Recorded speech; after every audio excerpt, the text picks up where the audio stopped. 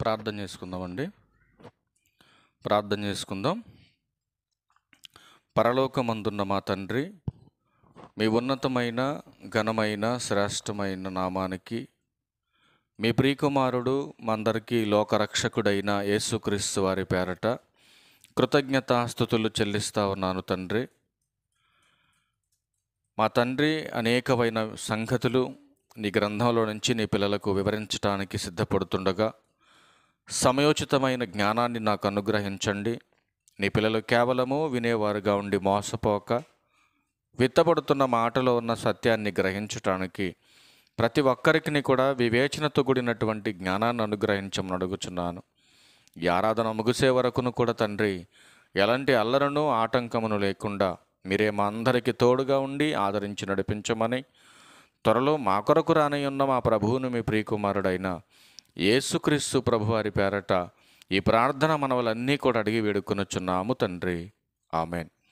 క్రీస్తునందు చేరువచ్చినటువంటి ప్రియులైన దేవుని పిల్లలందరికీ ప్రభువును రక్షకుడైన యేసుక్రీస్తు వారి పేరట నా ప్రత్యేకమైన వందనాలు తెలియజేస్తూ ఉన్నాను. అలాగే ఇంత మంచి సమయాన్ని మనకు అనుగ్రహించిన తండ్రి అయిన దేవునికి, ప్రభు అయిన క్రీస్తు వారి పేరట నా కృతజ్ఞతాస్తుతులు చెల్లిస్తూ ఉన్నాను. ప్రియులారా, ఈరోజు ఒక ప్రాముఖ్యమైనటువంటి విషయాన్ని దేవుని గ్రంథాల నుంచి మనం పరిశోధనతో తెలుసుకుందాం. ముందుగా మీ చేతిలో ఉన్నటువంటి జీవగ్రంథాన్ని ఓపెన్ చేసి మత్తయి గారు రాసినటువంటి సువార్త, మత్తయి సువార్త 27వ అధ్యాయము 57వ వచనం చదువుకుందాం. మత్తయి సువార్త 27వ అధ్యాయము 57వ వచనం దగ్గరికి వెళ్దాం ఒకసారి. యేసు శిష్యుడుగానున్న అరిమతయు యోసేపును ఒక ధనవంతుడు సాయంకాలమైనప్పుడు వచ్చి పిలాతునొద్దకు వెళ్ళి యేసు దేహమును తనకిమ్మని అడుగగా, పిలాతు దానిని అతనికి అప్పగింప ఆజ్ఞాపించెను. యోసేపు ఆ దేహమును తీసుకొని శుభ్రమైన నారబట్టతో చుట్టి తాను రాతిలో తొలిపించుకొనిన క్రొత్త సమాధిలో దానిని ఉంచి సమాధి ద్వారమునకు పెద్ద రాయి పొర్లించి వెళ్ళిపోయాను. చాలండి. ఈ సందర్భాన్ని మనం చదువుతుంటే మనకి ఇక్కడ ఏమర్థమవుతుందండి? ఇప్పుడు ఈ సందర్భం మనం చదువుకున్నాం. ఈ సందర్భంలో మనకి ఏం కనపడుతుంది? ఇందులో యేసుక్రీస్తు వారు సిలువ వేయబడటం, మరణించటం, మరణించినటువంటి వ్యక్తిని తీసుకెళ్ళి సమాధి చేయటం అనేది కనపడుతుంది మనకి. అవునా? ఇక్కడ ఉన్న టాపిక్ అదేనా? యేసుక్రీస్తు వారు సిలువ మీద మరణించాలనే ప్రవచనం బైబిల్లో ఎక్కడైనా ఉందా? ఉందా? యేసుక్రీస్తు వారి యొక్క మరణం ముందుగానే తెలియపరచబడిందా ఈ సమాజానికి? లేదా కేవలం మత్తయి సువార్తలో మాత్రమే యేసుక్రీస్తు ప్రభువారు చనిపోతారని రాయబడిందా? అంటే చెప్పబడినట్టుగానే యేసుక్రీస్తు ప్రభువారు మరణించాడు సిలువ మీద. అంటే చెప్పకుండా ఏది కూడా ఆయన చేయలేదు, చెప్పినట్టే చేశాడు, చెప్పినట్టే జరిగిందని బైబిల్ చెప్తా ఉంది. మరి ఎక్కడ చెప్పబడింది యేసుక్రీస్తు ప్రభువారు మరణిస్తారని? చూద్దాం ఆ మాట కూడా. యెషయా గ్రంథం 53వ అధ్యాయం 9వ వచనం చూద్దాం ప్రియులారా. ఇక్కడ మత్తయి సువార్తలో నెరవేర్పుగా మనకు కనపడుతున్నటువంటి ఈ మాటను గూర్చినటువంటి ప్రవచనం ఎక్కడుందో మనం చూడగలిగితే యెషయా గ్రంథం 53వ అధ్యాయం 9వ వచనం చూస్తే, అతడు మరణమైనప్పుడు భక్తిహీనులతో అతనికి సమాధి నియమింపబడెను, ధనవంతుని యొద్ద అతడు ఉంచబడెను, నిశ్చయముగా అతడు అన్యాయమేమీ చేయలేదు, అతని నోట ఏ కపటమును లేదు. ఎవరిని గూర్చిన ప్రవచనం ఇది? యేసుక్రీస్తు ప్రభు వారిని గూర్చిన ప్రవచనం. అంటే ఇక్కడ చెప్పబడినటువంటి ప్రవచన సారంగానే అక్కడ ఏం జరిగింది? నెరవేర్చబడింది. అంటే చెప్పినట్టుగానే జరిగిందా యాస్టీజ్గా? బైబిల్ అదే కదా చెప్తుంది. అక్కడ ఏదైతే జరగబోతుందని చెప్పాడో యెషయా ప్రవక్త ద్వారా ప్రవచనంగా, నెరవేర్పుగా మత్తయి సువార్తలో అదే కనపడుతుంది మనకి. యేసుక్రీస్తు వారు మరణించడం, ఒక ధనవంతుని సమాధిలో ఉంచబడటం కనపడుతుంది మనకి. కాని ప్రియులారా, మత్తయి సువార్త 28వ అధ్యాయం 1వ వచనం దగ్గరికి వెళ్ళి చూడగలిగితే, విశ్రాంతి దినము గడిచిన తర్వాత ఆదివారమున అంటే తెల్లవారుజామున మగ్దలేని మరియయు వేరొక మరియయు, ఏమండి ఎందుకంత పొద్దున్నే వెళ్ళిపోయారు సమాధి దగ్గరికి? వీళ్ళు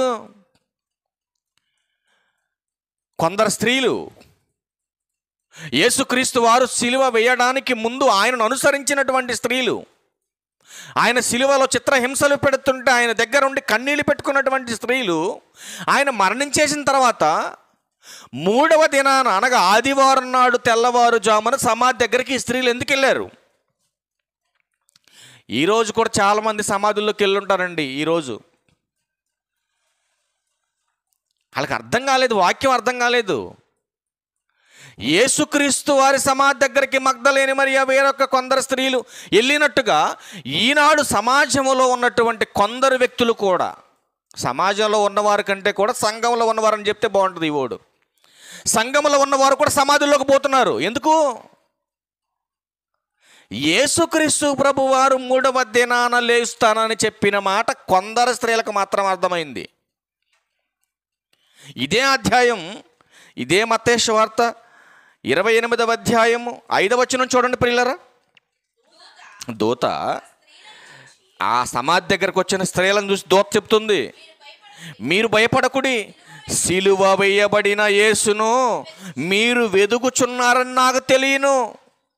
ఏమంటుందండి దూత? పరలోకం నుంచి వచ్చిన దూత ఏమంటుంది? సమాధి దగ్గరకు వచ్చినటువంటి స్త్రీలతో మాట్లాడుతుంది, మీరు వచ్చింది సిలువ వేయబడినటువంటి క్రీస్తుని వెతకడానికి వచ్చారు మీరు సమాధి దగ్గరికి. అయితే చూడండి ఏమంటున్నాడు, ఆయన ఇక్కడ లేడు, తాను చెప్పినట్టే. చూసారండి, తాను చెప్పినట్టే అంటే చెప్పాడు, ముందుగానే చెప్పాడు కాబట్టి ఆ స్త్రీలు ముందుగా గమనించారు, పరిగెత్తుకొని పోయారు. అంటే ప్రభు చెప్పిందే చేస్తున్నాడా? ఎక్కడ చెప్పాడు అయితే ఈ మాట? ఎక్కడ చెప్పాడు ఈ మాట? మత్తయి సువార్త 16వ అధ్యాయం. నేను లేస్తాననే మాట ఎక్కడ చెప్పాడు ఆయన? ఎవరితో చెప్పాడు ఆయన? ఇదంతా కట్టుకథ అని చాలామంది బయట మాట్లాడుతున్నారండి. తెలియదు, వాళ్ళకి బైబిల్ జ్ఞానం తెలియదు. మత్తయి సువార్త 16వ అధ్యాయం 21వ వచనం చూడండి. అప్పటి నుండి తాను యెరూషలేమునకు వెళ్ళి పెద్దల చేతను, ప్రధాన యాజకుల చేతను, శాస్త్రుల చేతను అనేక హింసలు పొంది చంపబడి 3వ దినమున లేచుట అగత్యమని యేసు తన శిష్యులకు తెలియజేస్తూనే వచ్చాడు. చూసారండి, చెప్పకుండా ఏం చేయలేదండి యేసుక్రీస్తు ప్రభువారు. ఏం జరగబోతుందో భవిష్యత్తును గూర్చి తన చుట్టూ ఉన్న వారందరికీ చెబుతూనే వచ్చాడు. ఇదే సందర్భాన్ని మనసులో పెట్టుకొని మరొక సందర్భం మనం చూద్దాం. లూకాసు వార్త 23వ అధ్యాయం. ఇది మనసులో పెట్టుకోండి మీరు. లేస్తానని చెప్పాడు కదా ఆయన. లూకాసు వార్త 23వ అధ్యాయం 28వ వచనం దగ్గరికి వెళ్ళండి. పైనుంచి రండి, 27 నుంచి రండి. గొప్ప జన సమూహము ఆయనను గూర్చి రొమ్ము కొట్టుకొనుచు దుఃఖించుచున్న చాలామంది స్త్రీలను ఆయనను వెంబడించిరి.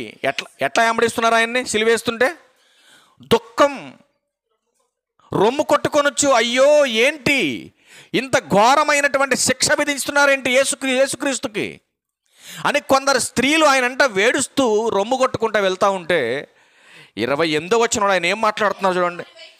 యేసు వారి వైపు తిరిగి, యెరూషలేము కుమార్తెలారా, నా నిమిత్తము ఏడవకుడి. ఏమండి ఎందుకన్నాడు ఈ మాట? నా నిమిత్తం ఏడవకండి. ఎందుకండి యేసుక్రీస్తు ప్రభువారు ఈ మాట స్త్రీలతో చెప్పాడు? ఎందుకంటే 3వ దినాన నేను సమాధిని బద్దల కొట్టుకొని బయటకు వస్తాను. నేను మృత్యువును జయించేటటువంటి విజయుడుగా, మృత్యుంజయుడుగా నేను రాబోతున్నాను బయటికి. 3వ దినాన లేబోతున్నటువంటి నా గురించి మీరెందుకమ్మా ఏడుస్తున్నారు అని మాట్లాడుతానంటున్నాడు. మీ నిమిత్తం, మీ పిల్లల నిమిత్తం ఏడవండి. చనిపోతున్నానని మీరు బాధపడుతున్నారు, కానీ చనిపోతున్న నేను 3వ దినాన లెగుస్తానని యేసుక్రీస్తు ప్రభువారు చెప్పినా అర్థం కానటువంటి ఆనాడు సమాజం, ఈనాడు ఉన్నటువంటి సంఘం కూడా అలాగే ఉంది. అందుకే ప్రభు అంటున్నాడు, నా కోసమే అడవకండి మీరు, ఎందుకంటే 3వ దినాన నేను చెప్పినట్టుగా లేస్తాను, నేను 3వ దినాన లేస్తాను నేను. ఇది నా తండ్రి యొక్క సంకల్పం, ఇది నా తండ్రి నిర్ణయించినటువంటి ఒక ఉద్దేశం. ఇది కేవలం రోమా గవర్నమెంట్ విధించినటువంటి శిక్ష కాదు, ఇది నా చుట్టూ ఉన్న శాస్త్రుడు పరిచయుల కుట్ర కాదు, ఇది నా తండ్రి సంకల్పం. దీన్ని మార్చటానికి ఆపటానికి ఎవడి వల్ల కాదంటున్నాడు ఆయన. అపోస్తుల కార్యములు 2వ అధ్యాయం తీయండి ప్రియులారా, ఎంత అద్భుతమైన మాటలు రాయించాడు దేవుడు. అపోస్తుల కార్యములు 2వ అధ్యాయం 23వ వచనం చూద్దాం ప్రియులారా. దేవుడు నిశ్చయించిన సంకల్పం, ఆయన భవిష్యత్తు జ్ఞానమును అనుసరించి అప్పగింపబడిన ఈయనను అనగా క్రీస్తును మీరు దుష్టుల చేత సిలువ వేయించి చంపితిరి. ఎవరి ప్రసంగం ఇది? పేతురు గారి ప్రసంగం. యేసుక్రీస్తు వారి సిలువ మరణాన్ని గూర్చినటువంటి భవిష్యత్తు మర్మాన్ని చెబుతున్నాడు అక్కడున్నటువంటి కొందరికి. మీరు అనుకుంటున్నారు యేసుక్రీస్తుని మేమే చంపేశామని మీరు అనుకుంటున్నారు, కానీ ఆయన చనిపోవటానికి దేవుని సంకల్పం, దేవుని ప్రణాళిక ఉంది అందులో.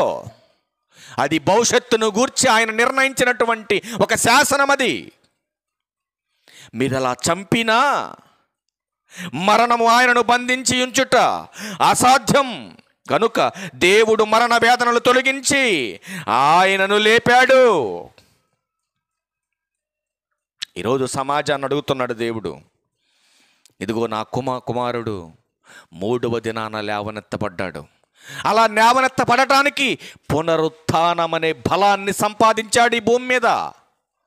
మరి ఈరోజు నా కుమారుణ్ణి ధరించిన మీరు, క్రైస్తవులుగా పిలువబడుతున్న మీరు, ఆయన పునరుత్థానుడుగా లేవనెత్తబడ్డాడని సంబరాలు చేస్తూ ఒక పండగ వాతావరణంలోకి మీరు వెళ్ళిపోయారు. బాగానే ఉంది, మంచిదే, కాదనట్లేదు. కానీ ఈరోజు నువ్వు చస్తే పునరుత్థానుడుగా లేవనెత్తబడతావో లేదో ఆలోచించుకోవలసిన అవసరం ఉంది క్రైస్తవేమా. మీరు ఆలోచించండి. మరణం అందరికి వస్తుంది, కానీ మరణించిన వారందరూ పునరుత్థాన బలాన్ని పొందాలి. పునరుత్థాన బలాన్ని పొందగలిగితేనే పరలోకం అనే మహాలోకానికి చేర్చబడతాం మనం.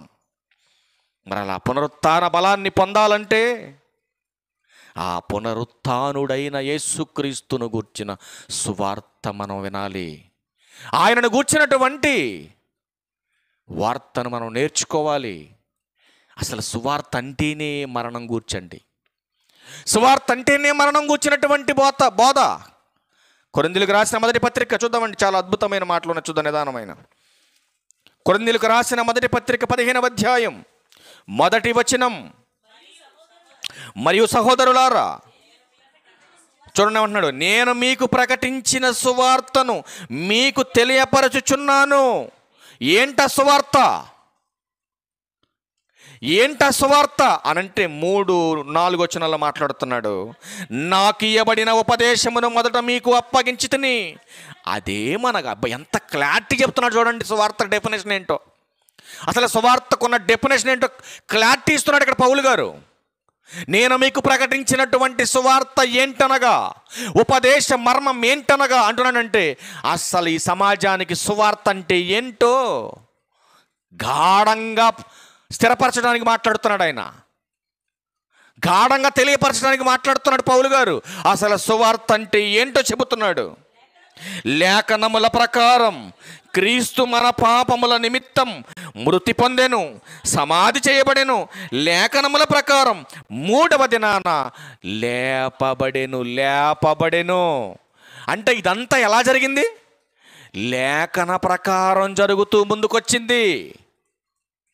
అంతేగాని ఇది అపవాది కుట్రనో, రోమా ప్రభుత్వం కుట్రనో, చుట్టూ ఉన్న యూదుల కుట్రనో, ఆ శాస్త్రుల పరిచయుల కుట్రనో కాదు ఇది. కానీ మనకు కనపడుతుంది ఆయన మీద కుట్ర చేసినట్టుగా. కానీ భవిష్యత్తులో జరగబోతున్న విషయాలన్నీ తన మహాజ్ఞాన గ్రంథంలో ప్రవచనచారంగా అనేక మంది ప్రవక్తల ద్వారా దేవుడు రాయించినట్టుగా ఇదంతా నెరవేరిందని బైబిల్ చెప్తా ఉంది. ఇది జరిగిందా? జరుగుతుందా? జరిగింది, జరిగిపోయింది. జరిగిపోయిన దాని గురించి ఈరోజు సమాజానికి ప్రకటించాలి. ఇది పని, సంఘానికి ఇచ్చిన పని. జరిగిపోయిన దాని గురించి ఈరోజు సమాజానికి చెప్పాలి. అందుకేంటున్నాడు, ఇప్పటి వరకు మరణించిన వారందరిలో పునరుత్థాన ఫలాన్ని మొట్టమొదటిగా పొందిన వ్యక్తి యేసుక్రీస్తు ప్రభువారు. ఇదే కొరింథీయులకు రాసిన మొదటి పత్రిక 15వ అధ్యాయం 20వ వచనం దగ్గరికి వెళ్ళి చూడండి ప్రియులారా. ఇప్పుడైతే నిద్రించిన వారిలో ప్రథమ ఫలముగా క్రీస్తు ఒక్కడు మాత్రమే మృతులలో నుండి లేపబడి ఉన్నాడు. చాలామంది లేపబడ్డారండి యేసుక్రీస్తు పునరుత్థానుడైన దినాన. సమాధుల్లో కొంతమంది లేపబడ్డారు. ఆ తర్వాత ఏమైపోయారు వీళ్ళంతా? పరలోకానికి వెళ్ళిపోయారు వీళ్ళంతా? లేదండి, భూమి మీదకు వచ్చినటువంటి శరీరధారులందరిలో పునరుత్థానుడై పరలోకం అనే మహాలోకానికి వెళ్ళినటువంటి గొప్ప ఘనత యేసుక్రీస్తు వారికి మాత్రమే ఉందండి. అందుకే అంటున్నాడు ప్రథమ ఫలము అన్న. ప్రథమ ఫలం అంటే మొదటిది. అంటే పరలోకము నుంచి భూమి మీదకు వచ్చినటువంటి ఫలాలన్నిటిలో, గర్భఫలాలన్నిటిలో మొట్టమొదటి గర్భఫలమైన యేసుక్రీస్తు వారు మాత్రమే మరణించి పునరుత్థానుడుగా లేవనెత్తబడి పరలోకం అనే మహాలోకానికి వెళ్ళిపోయాడు. మరి వెళ్ళిన క్రీస్తు వారి పునరుత్థాన బలం మనం పొందాలంటే బ్రతికున్నటువంటి మనం చేయవలసిందేంటి భూమి మీద? ఆలోచించాలి మనం. మరి అదే పునరుత్థాన బలాన్ని మనం పొందుకొని మరణాన్ని గెలవాలంటే, ఆ మరణం నుంచి విజయాన్ని సాధించాలంటే బ్రతికున్న మనం ఈ భూమి మీద ఏం చేయాలి? యోహాను సువార్త 11వ అధ్యాయం. సమాధిని గెలవాలంటే మనం ఏం చేయాలో చూడండి. యోహాను సువార్త 11వ అధ్యాయం 25, 26. అందుకు యేసు, పునరుత్థానమును జీవమును నేనే, నా యందు విశ్వాసముంచువాడు చనిపోయినను బ్రతుకును. ఏం చెప్తున్నాడండి ఈయన? యేసుక్రీస్తు ప్రభువారు ఏం చెప్తున్నారు ఇక్కడ? నా యందు విశ్వాసం ఉంచాలి. ఎప్పుడు? చచ్చిపోయిన తర్వాత కాదు, బ్రతికున్నప్పుడే యేసుక్రీస్తు వారిని నీ సొంత రక్షకుడుగా నువ్వు అంగీకరించాలి. అలా బ్రతికి ఉన్నప్పుడు నువ్వు విశ్వసిస్తే, 26 చెప్తున్నాడు, బ్రతికి నా యందు విశ్వాసం ఉంచు ప్రతి వాడును ఎన్నటికి చనిపోడు. చూసారండి, బ్రతికి నా యందు విశ్వాసం ఉంచువాడు ఎన్నటికి చనిపోడు. ఏమండి, ఎందరో విశ్వాసులు నమ్మారు కదండి. మరి అబ్రహాము గారి దగ్గర నుంచి ఎప్పటి వరకు విశ్వాసులంతా చనిపోయారు కదండి. మనిషికి 2 మరణాలు ఉన్నాయండి. బైబిల్ దగ్గరికి వెళ్ళి జాగ్రత్తగా చదవగలిగితే ఈ మరణాల గురించి మనకు అర్థమవుతుంది. నువ్వు ప్రభువుని నమ్మినా నమ్మకపోయినా, నువ్వు విశ్వాసమైనా కాకపోయినా, నువ్వు క్రైస్తవుడవైనా కాకపోయినా, మరణం అందరికీ వచ్చి తీరుతుంది. అది మొదటి మరణం, అది సహజ మరణం.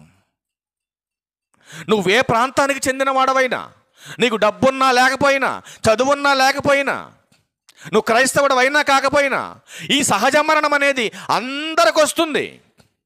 కానీ ఆత్మీయ మరణం కొందరికే వస్తుంది. ప్రియులారా, మీరు అది ఆలోచించండి. ఏంటి, ఆత్మకు కూడా చావు ఉందా? ఆత్మకు కూడా చావు ఉందా అండి? చూద్దామండి. కొంతమంది తెలియదండి, ఆత్మకు కూడా చావు ఉందన్న సంగతి తెలియదు చాలామందికి. మనం మనిషిని చంపగలం కానీ ఆత్మని చంపలేం కదండి అని మనం మాట్లాడుతాం. కొన్ని న్యూస్ మీడియా వాళ్ళు కూడా ఏం రాస్తారంటే ఆత్మహత్య అని రాస్తూ ఉంటారు. అది ప్రాణహత్య అండి, ఆత్మహత్య కాదు. ఆత్మని ఎవ్వడు చంపలేడు. చంపగలడు ఎవడైనా? ఎవడో చంపలేడండి. మరి ఎవరు చంపాలి ఆత్మని? పరలోకం నుంచి భూమి మీదకి బట్టె కట్టెలోకి పంపించిన ఆత్మలకు తండ్రి అయినటువంటి దేవుడు మాత్రమే చంపగలడండి ఆత్మని. మనిషి ఎవడో చంపలేడు. నన్ను చంపాలంటే ఏం చేయాలి? నాలో ప్రాణాన్ని తీయగలడు కానీ నా ఆత్మను చంపగలడు ఎవడైనా? ఎవడు చంపలేరు. మరి ఎవరు చంపగలరు? మత్తయి సువార్త 10:28 మరియు ఆత్మను చంపనేరక దేహమునే చంపువారికి భయపడకుడు కానీ. ఇక్కడ ఏమంటుంది తెలుసండి? దేహాన్ని చంపేవాడికి ఎందుకయ్యా భయపడుతున్నారు మీరు? ఆత్మను చంపేవాడికి భయపడండి. ఈరోజు నీ తలని ఖండించేసి నీలో ప్రాణాన్ని తీసేసి నిన్ను చంపగలరేమో ఇక్కడ. కానీ ఆత్మను చంపగలిగేవాడు ఒకడున్నాడని చెబుతుంటున్నాడు ఆయన. ఆత్మను దేహమును కూడా నరకములో నశింపజేయగలవానికి మిక్కిలి భయపడండి. అబ్బా, ఎంత అద్భుతమైన పదజాలాన్ని వాడాడు చూడండి ఇక్కడ మత్తయ్య గారు. అంటే ఆత్మను దేహాన్ని కూడా నశింపజేయగలిగినటువంటి శక్తి సంపన్నుడు ఎవరండి? దేవుడు. కాబట్టి దేవునికి భయపడాలి మనం. ఈ దేహాన్ని నాశనం చేసేదానికోసం మనం భయపడకూడదండి. అందుకే అంటున్నాడు, ఇదిగో ప్రథమ ఫలముగా నా కుమారుడు లేచాడు. లేచినటువంటి ఆయన పునరుత్థాన బలాన్ని మీరు పొందుకోవాలంటే బ్రతికి ఉన్నప్పుడే ఆయన యందు విశ్వాసం ఉంచాలి. బ్రతికి ఉన్నప్పుడు ఆయన యందు విశ్వాసం ఉంచాలి. అసలు మరణించిన వారు లేచేది ఎప్పుడు? ఈరోజు చాలామంది యేసుక్రీస్తు వారు పునరుత్థానం రోజు అని చెప్పి చాలామంది సమాధుల్లోకి వెళ్ళిపోతున్నారు. కానీ మరణించిన మీ తాతల ముత్తాతలు లేచేది ఎప్పుడు? ఈరోజా? యేసుక్రీస్తు వారు మాత్రమే లేచారు. అది ప్రథమ ఫలం అని బైబిల్ చెబుతుంటే మరి నువ్వేంటి సమాధుల్లోకి వెళ్ళి ఎదుగుతున్నావు? వెళ్ళి మీ తాత మీ ముత్తాత మీ వాళ్ళందరూ లేగరు. ఇప్పుడు వాళ్ళు లేచే టైం కాదు ఇది. క్రీస్తు మాత్రమే ప్రథమ ఫలంగా లేచాడని బైబిల్ చెబుతుంటే నువ్వేమో సమాధుల దగ్గరికి వెళ్ళి చూస్తున్నావు మా తాత లేచాడు మా ముత్తాత లేచాడని. వాళ్ళు ఇప్పుడు లెగరు. మరి ఎప్పుడు లేస్తారు వీళ్ళంతా? బైబిల్ దగ్గరికి వెళ్ళి చూడండి. బైబిల్ చెప్పాలి, మనం ఎవరని చెప్పడానికి. తెస్సలోనికలు రాసిన మొదటి పత్రిక, అపోస్తులైన పౌలు గారు తెస్సలోనికలు రాసిన మొదటి పత్రిక తీండి ప్రియులారా 4:14 యేసు మృతి పొంది తిరిగి లేచెనని మనము నమ్మిన ఎడల. యేసు క్రీస్తునందు విశ్వాసం ఉంచడం, నమ్మటం అంటే అర్థం ఏంటి? యేసు వార్తను ప్రకటిస్తే యేసు వార్త ద్వారా మనం నమ్మాలంటే ఆయన మాట్లాడుతున్నాడు. యేసు మృతి పొంది తిరిగి లేచెనని మనం నమ్మిన ఎడల, అదే ప్రకారం యేసునందు నిద్రించిన వారిని దేవుడు ఆయనతో కూడా వెంట పెట్టుకొని వచ్చును. అది ఎప్పుడు? 16 అది ఎప్పుడు ఎంట పెట్టుకొని వచ్చేది? ఎప్పుడు? 16 చెప్తున్నాడు. ఆర్భాటముతోను ప్రధాన దూత శబ్దముతోను దేవుని బోరతోను పరలోకము నుండి ప్రభువు దిగి వచ్చును. నెక్స్ట్ చెప్తున్నాడు చూడండి, క్రీస్తునందుండి మృతులైన వారు మొదట లేతురు. ఎప్పుడు జరుగుతుంది ఇది? సంవత్సరానికి ఒక్కసారి పునరుత్థాన పండుగ అని చెప్పేసి నువ్వు పెట్టుకొని సంవత్సరానికి ఒకసారి సమాధుల్లోకి వెళ్ళి చూస్తాడు లెగరు. మరి ఎప్పుడు లెగుతారు వీళ్ళు? కొన్ని సూచనలు చెప్పాడండి ఇక్కడ. యుగ సమాప్తి అందు ఈ సృష్టికి ఒక ముగింపు దినముంది. ఆ దినాన క్రీస్తునందుండి మృతులైన వారందరూ, పాతి పెట్టబడిన వారందరూ మొదట లెగుస్తారు పైకి. అవునంటారా అబద్ధం అంటారా? ఇది నిజమండి, వాస్తవం అండి. బైబిల్ చెప్తుంది. ఈరోజు లెగట ఎవరు? ఎవడైనా లెగుతాడు ఈరోజు? సమాధులకి వెళ్ళి కూర్చోండి, లెగరే ఈరోజు ఎవరు? ఎంత అమాయకంగా వెళ్ళిపోతుందండి క్రైస్తవం ఈరోజు. మీరు ఆలోచించండి ప్రియులారా. అందుకే అంటున్నాడు, చనిపోయిన వారి గురించి ఎందుకయ్యా ఈరోజు కొంతమంది సమాధుల్లోకి వెళ్ళి కూర్చొని ఎడుతున్నారండి. ఎందుకు ఏడవటం? సమాధుల్లోకి వెళ్ళి, సమాజంలోకి వెళ్ళి ఏడవండి అయ్యా. సమాధుల్లోకి ఎందుకు వెళ్ళి ఏడవటం? అందుకే ప్రభు ఒక మాట చెప్పాడండి. ఇర్మియా గ్రంథం 22వ అధ్యాయం 10 చూడండి. ఇర్మియా గ్రంథం 22వ అధ్యాయం. ఇలాంటి విషయాలు ఎవరు చెప్పరండి. ఎందుకంటే చూడండి ఏమన్నాడు, చనిపోయిన వాని గూర్చి ఏమన్నాడు? ఎందుకు ఆడవద్దన్నాడు? వాడికి తిరిగి రాడు. నువ్వు తిండి మానేసిన, ఆడి కోసం యజ్ఞాలు యాగాలు చేసిన, నువ్వు ఏ తపస్సు చేసినా వాళ్ళు ఎక్కడో లేస్తాడేంటి? ఉందా వారంటీ గ్యారంటీ? నువ్వు నెల రోజులు తిండి మానేసిన, స్నానం మానేసిన, వ్రతాలు చేసిన, దేశం పట్టుకొని తిరిగిన చచ్చిన వాడు లెగడు. మన వాళ్ళకి తెలియనటువంటి అజ్ఞాన విషయం ఏంటంటే, ఇంటి దగ్గర నుంచి పెట్టెలో పెట్టి మట్టిలో పెట్టేదాకా తీసుకెళ్ళే లోపు 2 సార్లు 3 సార్లు దించి పిలుస్తారు. లెగుస్తాడేంటి? బైబిల్ చెప్పింది ఎక్కడైనా? ఒక్కసారి దేహంలో నుంచి ఆత్మ బయటకు వచ్చాక 1 సెకండ్లో పాతాళానికి వెళ్ళిపోతుందని బైబిల్ చెప్పాక నువ్వెవడో పిలవడానికి మధ్యలో వచ్చేస్తాడేంటి? దానికి ఒక చరిత్ర ఉంది. అది ఒక కల్పిత కట్టు కథ. అది నమ్మేసింది ఈ సమాజం.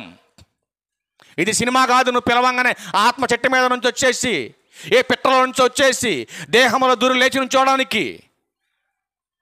ఇది చరిత్ర. అందుకే దేవుడు అంటున్నాడు, చనిపోయిన వారి గూర్చి ఆడవద్దు, వారిని గూర్చి అంగలార్చొద్దు, వెళ్ళిపోవుచున్న వాని గూర్చి బహురోదన చేయుడి. పోయిన వాళ్ళ గురించి వద్దు మీకు ఇక టెన్షను, వాళ్ళ గురించి వద్దు వేదన.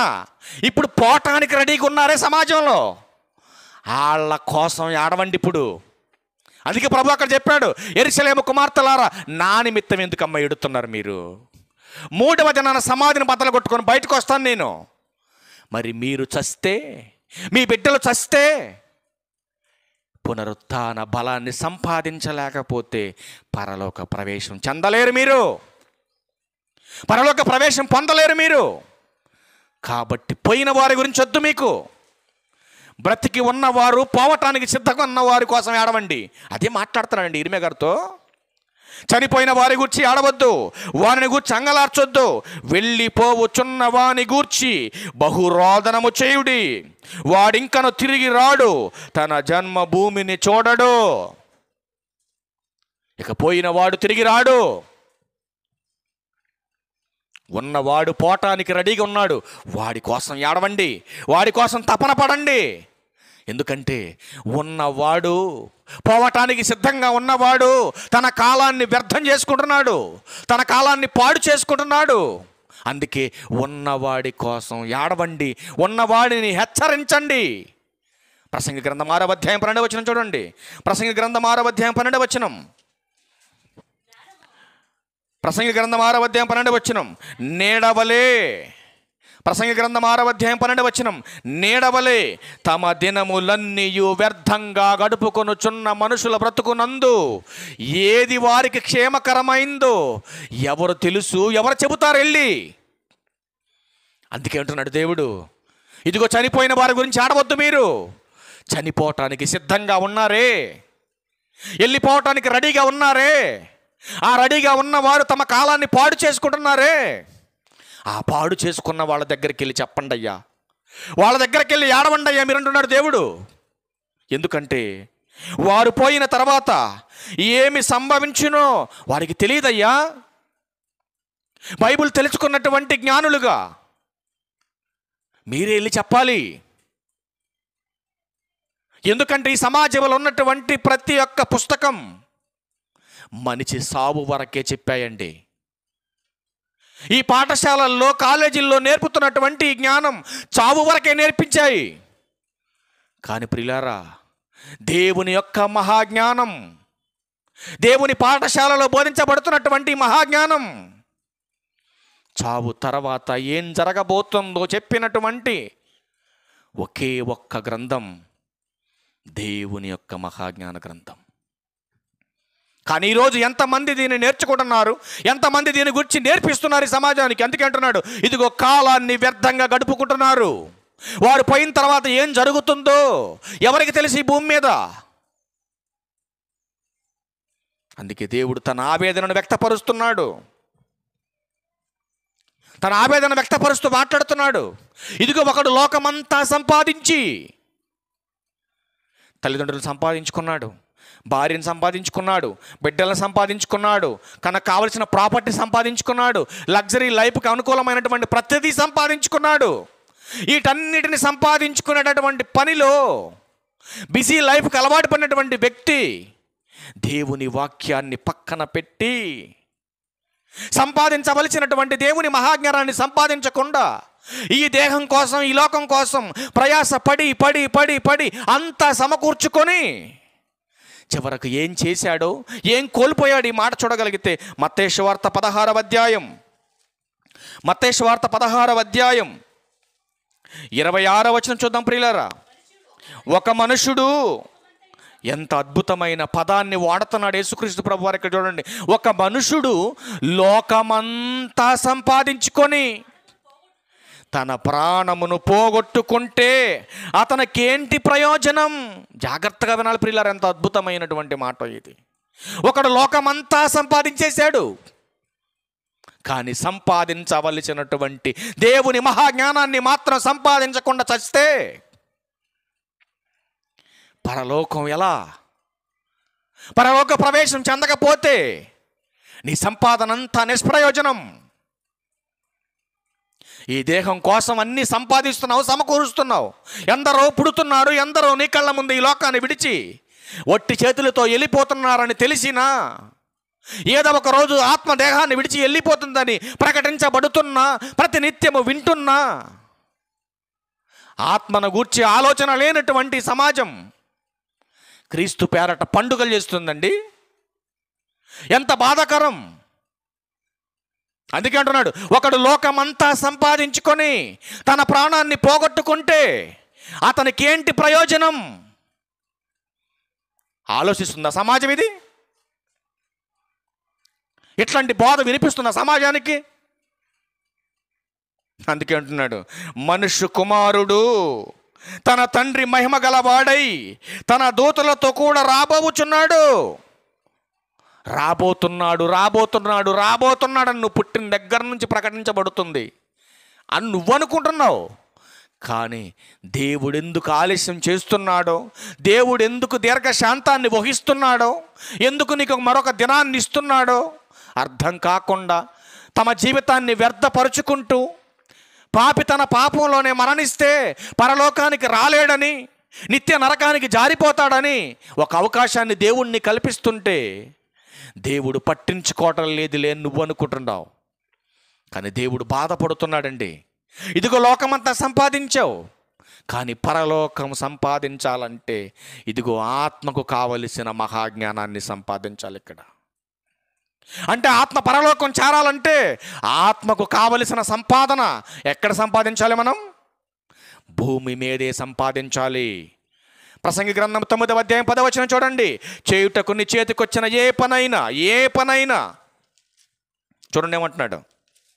కుటుంబ పోషణ కొరకు ఒక కుటుంబ నాయకుడు తన కుటుంబాన్ని పోషించుకోవటానికి ఏ పనైనా చేసి రూపాయి సంపాదించి తన కుటుంబాన్ని పోషించుకోవాలని ఒక కుటుంబ నాయకుడు ఎంత ప్రయాస పడతాడో, ఎంత తపన పడతాడో, క్రైస్తవులమైన మనం కూడా అంతే. దేవుని పేరట దేవుని పని ఏ పని వస్తే నీకు ఆ పని చేయాలి. నీకు పాటలు పాడటం వచ్చా? సంఘంలో పాడు. నీకు వాక్యం చెప్పడం వచ్చా? చెప్పు. అవేమీ రావండి. నాకు ఓడవటం వచ్చు, తొడవటం వచ్చు అంటే చెయ్యి. అందుకే అంటున్నాడు సొలొమోను గారు, పరిశుద్ధాత్మ ప్రేరణతో మాట్లాడుతున్నాడు. చేయుటకు నీ చేతికొచ్చిన ఏ పనైనా నీ శక్తి లోపము లేకుండా చేయి. ఎందుకు చెప్పాడు ఈ మాట?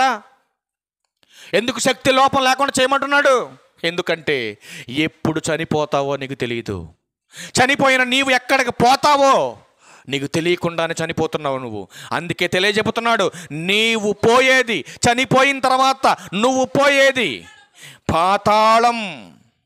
ఆ పాతాళమునందు పని అయినను, ఉపాయమైనను, తెలివైనను, జ్ఞానమైనను లేదు.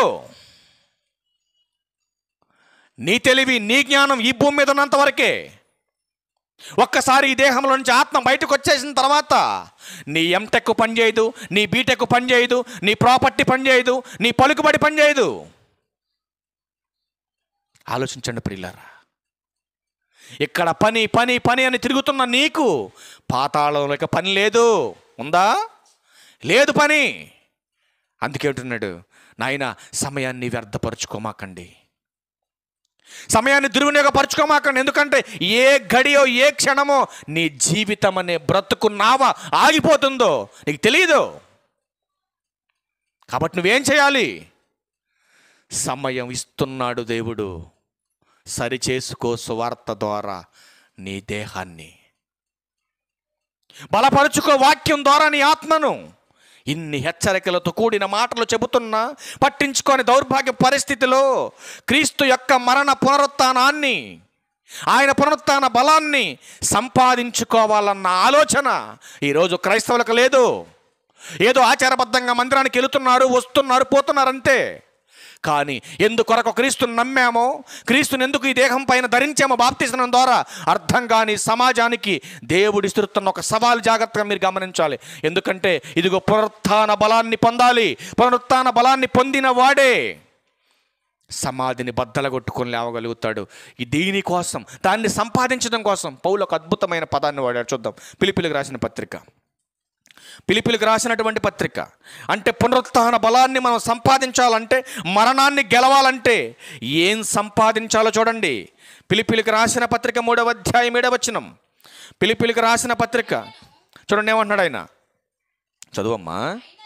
అయినను చూడండి, అయినను ఏవేవి నాకు లాభకరములై ఉండెనో వాటిని క్రీస్తు నిమిత్తం. అక్కడ ఒక వ్యక్తి ఏం చేశాడు? లోకమంతా సంపాదించుకొని, అక్కడ లోకమంతా సంపాదించుకొని ఏం చేశాడు? వాక్యాన్ని పక్కన పెట్టాడు. అంటే వాక్యాన్ని నష్టం చేసుకున్నాడు. కానీ ఇక్కడ పౌలు గారు ఏమంటున్నాడు? ఏవేవి లాభకరములని మనుషులు ప్రయాసపడి లాభకరమైన వాక్యాన్ని పక్కన పెట్టారో వాటన్నిటిని క్రీస్తు నిమిత్తం నేను పక్కన పెట్టేశాను. ఎందుకు పక్కన పెట్టావు పౌలు గారు అని అడిగితే 8వ వచనం అంటాడు కదా, నిశ్చయముగా నా ప్రభువైన యేసుక్రీస్తును గూర్చిన అతి శ్రేష్టమైన జ్ఞానము నిమిత్తమై సమస్తమును నష్టముగా ఎంచుకున్నాను. అక్కడ ప్రాణం పోగొట్టుకున్నాడు. ఏం చేశాడు? ఇవన్నీ అవి గొప్పగా ఎంచుకున్నాడు. కానీ ఇక్కడ పౌలు గారు ఏం చేశాడు? ఇవి నష్టంగా ఎంచుకున్నాడు. ఎందుకు పౌలు గారు మీరు నష్టంగా ఎంచుకున్నారంటే కింద 9లో అంటున్నాడు చూడండి, అద్భుతమైన క్రీస్తును సంపాదించుకుని. అక్కడ ఆడేం సంపాదించాడు? లోకమంతా సంపాదించాడు. కానీ లోకాన్ని విడిచిన తర్వాత పరలోకాన్ని వెళ్ళటానికి మాత్రం అర్హతను సంపాదించలేకపోయాడు. అందుకే ప్రభు ఈ భూమి మీదకి వచ్చినప్పుడు యోహాను సువార్త 14వ వచనంలో మాట్లాడాడు. ఏమని మాట్లాడాడు? ఇదిగో నేనే మార్గం. ఎక్కడికి మార్గం? పరలోకం అనే మహాలోకానికి మార్గం. ఆ మార్గములో ఉన్నవారు సత్యమును అనుసరించాలి. సత్యమును అనుసరించే వాడికి పునరుత్థానం అనే జీవం. ఎంత అద్భుతమైనటువంటి మాటలండి ఇవన్నీ. అందుకే పౌలు గారు అంటున్నాడు, ఇదిగో క్రీస్తును సంపాదించుకొని. ఎందుకు సంపాదించుకున్నావు క్రీస్తుని? ఎలా సంపాదించుకోవాలి క్రీస్తుని? ఎలా సంపాదించుకోవాలి? ఎలా సంపాదించాలంటే హెబ్రీయులకు రాసిన పత్రిక 12వ అధ్యాయం 2వ వచనం ఆయన మాట్లాడుతున్నాడు. మరణాన్ని గెలవాలంటే పాపాన్ని వదలాలి. మరణాన్ని గెలవాలంటే పాపాన్ని వదలాలి. పాపాన్ని వదలాలంటే పాపం చేత మనం పట్టబడకుండా, మన గురి లోకం వైపు కాకుండా మన ఎదుట ఉన్నటువంటి క్రీస్తు వైపుకు మన గురి ఉండాలి. ఆయన మీదే మన గురి నిలపాలి. మన ఎదుట ఉంచబడినటువంటి పందెములో పాపం చేత పట్టబడకుండా ఆయన మీద మన గురి నిలిపి మనం ఓపికతో పరిగెట్టిన ఎడల క్రీస్తు యొక్క పునరుత్థాన బలాన్ని మనం పొందగలుగుతాం. దానికోసం ఏమేమి చేయాలో, ఏవేవి ఆటంకాలుగా మారిపోతున్నాయో వాటన్నిటిని ఎలా పౌలు గారు ఎంచుకున్నాడు ఈ పునరుత్థాన బలం కోసం. ఈ పునరుత్థాన సందేశంలో ముగింపు మాటకు ఒక మాట చూడండి. ఫిలిప్పీయులకు రాసిన పత్రిక 3వ అధ్యాయం 10వ వచనం చూడండి. చివరి మాట 10, 11 కలిసి ఉంటాయి ప్రియులారా. ఏ విధము చేతనైనను, అబ్బా ఎంత బాగా చెప్పాడు చూడండి. ఎట్టయినా పర్లేదు, అది దాని అర్థం. ఎట్టయినా పర్లేదు అంటున్నాడు ఆయన. ఏ విధము చేతనైనను మృతులలో నుండి నాకు పునరుత్థానం. ఏమన్నాడండి పౌలు గారు? మృతులలో నుండి నాకు పునరుత్థాన బలం కలుగవలెనని ఆయన మరణ విషయములో, అంటే పునరుత్థాన బలం ఎలా పొందాలో నేర్పుతున్నాడు. ఆయన మరణ విషయములో సమాన అనుభవం గలవాడనై ఆయనను, ఆయన పునరుత్థాన బలమును ఎరుగు నిమిత్తము, ఆయన శ్రమలో పాలివాడునగుట ఎట్టుదో ఎరుగు నిమిత్తము సమస్తము నష్టపరుచుకొని. ఏం చేశాడండి? ఏం వెరగటం కోసం ఏమి నష్టపరుచుకున్నాడు? ఏవేవైతే ప్రభు పనికి, ప్రభు సువార్తకు, ప్రభు జ్ఞానానికి అడ్డుపడుతున్నావో ఈ లోకంలో ఉన్నవన్నీ, నీ ఉద్యోగం కావచ్చు, నీ పని కావచ్చు, నీకున్నటువంటి బంధువులు కావచ్చు, నీకున్న పరపతి కావచ్చు, నీకున్న పేరు ప్రఖ్యాతలు కావచ్చు, నీ చుట్టూ ఉన్నటువంటి వ్యక్తులు కావచ్చు, ఎవరైనా నీకు ఆటంకపరిచేవి, ఆటంకం కలిగించేవి ఉంటే వాటిని పౌలు గారు ఏం చేశాడంటే వాటన్నిటిని నష్టపరుచుకున్నాడు. ఎవరికి లోబడలేదు, ఎవరికి తలవంచలేదు. ఎందుకంటే ఈరోజు మనుషులకు లోబడి, మనుషులకు భయపడి, ఇదిగో బంధువులకు భయపడి, చుట్టూ ఉన్నటువంటి వ్యక్తులకు లోబడి ప్రభు యొక్క మహాబలాన్ని, మహాజ్ఞానాన్ని వదులుకుంటే రేపు ఎవడండి మరణంతో పాటు మనతో పాటు కలిసి వచ్చేది? వస్తాడు ఎవడైనా? మనతో పాటు రాగలిగేది దేవుని మహాజ్ఞానం, క్రీస్తు పునరుత్థాన బలం. దాన్ని సంపాదించుకోవడానికి సమస్త నష్టపరుచుకొని వాటన్నిటిని ఎలా పోల్చుకున్నాడు తెలుసండి? పెంటతో సమానంగా ఎంచుకున్నాడు. అలా మనం ఎంచుకుంటున్నామా? మీరు ఆలోచించండి. ఈరోజు చుట్టాలు ఇంటికి వస్తే ప్రార్థన రారు కొంతమంది భక్తులు. ఏంటమ్మంటే చుట్టాలు వచ్చారండి, కానీ పౌలు గారు ఏమించుకున్నాడు వాళ్ళని? పెంటతో సమానం. ఈరోజు పలానా పెళ్ళండి, పలానా శుభకార్యం అండి, అది కూడా ఆదివారం వస్తుందండి, కానీ పౌలు గారు ఎలా ఎంచుకున్నాడు? ప్రతిదీ కూడా దేవుని పనికి ఆటంకంగా అడ్డుపడుతున్న ప్రతి దాన్ని నష్టంగా ఎంచుకున్నాడు. ఆ నష్టంగా ఎంచుకొని వాటిని పెంటతో సమానంగా భావించేసి క్రీస్తును సంపాదించుకునేటటువంటి లాభం కోసం ఆయన పరుగులెడుతుంటున్నాడు. క్రీస్తు పునరుత్థాన బలాన్ని ఇదిగో నేను పొందుకోవాలి. అలా పొందుకోవాలంటే ఆయన మరణములో జరిగినటువంటి ఆ శ్రమలు, ఆయన యొక్క బాధలు, అవన్నీ కూడా నేను అనుభవించాలి. ఆ బాధలన్నీ కూడా నేను నేర్చుకోవాలి, వాటిని అనుభవించాలి, వాటిని గురించి నేను తెలుసుకోవాలి. అలా చేసినప్పుడే క్రీస్తుకు వచ్చినటువంటి ఘనత, క్రీస్తు పొందినటువంటి ఆ బలం నేను కూడా పొందగలను. అది కూడా మీరు కూడా పొందాలని నేను చెబుతున్నాను. పౌలు గారు ఫిలిప్పీ సంఘానికి చెబుతున్నాడండి. అంటే క్రీస్తును సంపాదించాలంటే, క్రీస్తును సంపాదించడానికి అడ్డుపడుతున్నటువంటి ప్రతి ఆటంకాన్ని కూడా మనం ఏం చేయాలి? నష్టపరుచుకోవాలి, వదిలేయాలి. అప్పుడే పునరుత్థాన బలాన్ని మనం పొందుకోగలుగుతాం. ఇప్పుడు చెప్పండి, యేసుక్రీస్తు ప్రభువారు మరణాన్ని గెలిచిన వీరుడా కాదా? మీరు చెప్పాలి. వీరుడేనా? చెప్పి లేచాడా? చెప్పకుండా లేచాడా? చెప్పి లేచాడు. మరి ఇప్పుడు నువ్వు చెప్పు, నేను కూడా చచ్చిపోతే నేను కూడా లెగుతానని చెప్పగలవా నువ్వు? చెప్పగలవా నువ్వు? నీ వల్ల కదా. అందుకే దేవుడు చెప్తున్నాడు, నీ కోసం, నీ కుటుంబం కోసం, నీ జీవితం కోసం ఏడు. దానికోసం ఏడు, ప్రభు కోసం ఏడవకు, చచ్చిపోయిన వాళ్ళ గురించి ఆడవకు. నువ్వు బ్రతికున్న నీ కోసం ఏడు. ఎందుకంటే ఇంతవరకు నా ప్రభువుని తెలుసుకోలేకపోయాను నేను. ఇదిగో ప్రభువుని తెలుసుకోకుండా ఒకవేళ సడన్గా నేను చచ్చిపోతే, పాపంలో నేను మరణిస్తే, ఇదిగో పునరుత్థాన బలాన్ని కోల్పోయేదాన్ని నేను. ఇదిగో పునరుత్థాన బలం నాకు లేకపోతే, మృతుల పునరుత్థాన దినమందు ఆ పునరుత్థాన బలం నాకు లేకపోతే, ఇదిగో నేను నరకానికి జారిపోయేదాన్ని కదా. అన్ని కళ్ళు తెరుచుకో, మనసు మార్చుకో, ప్రభువుని సంపాదించు, పరలోకం అనే మహాలోకానికి చేర్చబడతావని ప్రభు పేరట హెచ్చరిస్తున్నాను. నేను హెచ్చరించుకుంటూ ఈ నా మాటలు ముగిస్తాను. అందరికీ వందనాలు. Okay, thank you.